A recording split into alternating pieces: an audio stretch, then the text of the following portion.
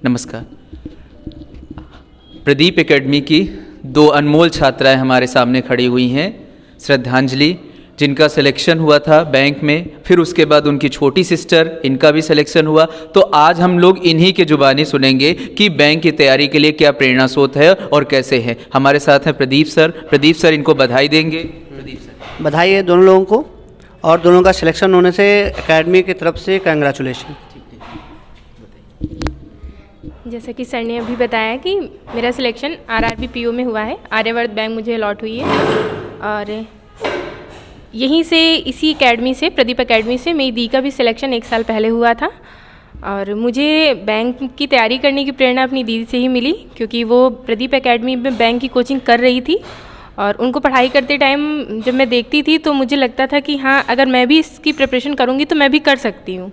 और फिर मैंने भी प्रदीप एकेडमी ज्वाइन की और उसका रिज़ल्ट आप सबके सामने है। मेरा भी सिलेक्शन हो गया है और मैं आप सबको बताना चाहूँगी कि अगर आपको उन्नाव के अंदर रहकर बैंक की प्रिपरेशन करनी है तो प्रदीप एकेडमी उसके लिए बेस्ट है। आप सभी लोग यहाँ से सिलेक्शन पा सकते हैं।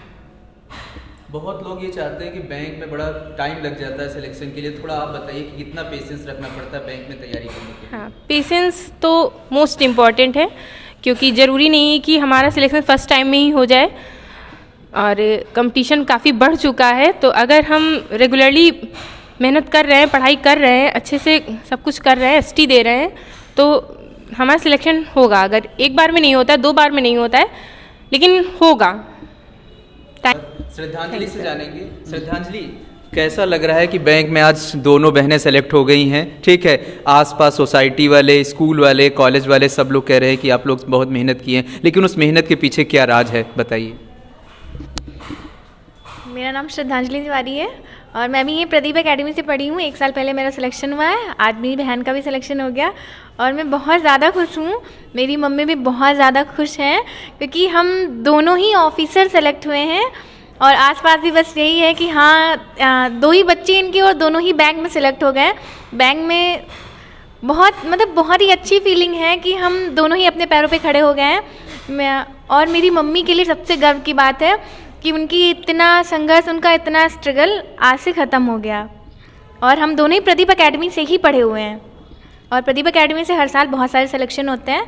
जिन्हें भी सीरियसली तैयारी करनी है बैंक की, जो आना चाहते हैं बैंक में और उन्नाव के अंदर ही, नहीं कहीं बाहर जा सकते हैं, नहीं इतना अफोर्ड कर सकते हैं बाहर कहीं, तो प्रदीप एकेडमी उसके लिए बेस्ट ऑप्शन है।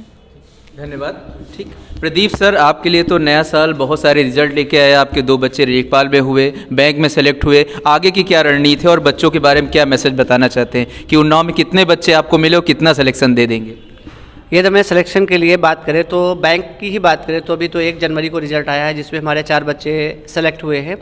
फिर 1 अप्रैल को रिजल्ट आएगा, उसमें भी उम्मीद है कि 10 से 12 बच्चे सेलेक्ट होंगे। और एक SBI क्लर्क का अभी चल रहा है, उसका प्री होगा, फिर मेंस होगा, उसमें उम्मीद है कि 20 बच्चा सेलेक्ट हो सकता है, उससे ज़्यादा ही सिलेक्शन होगा।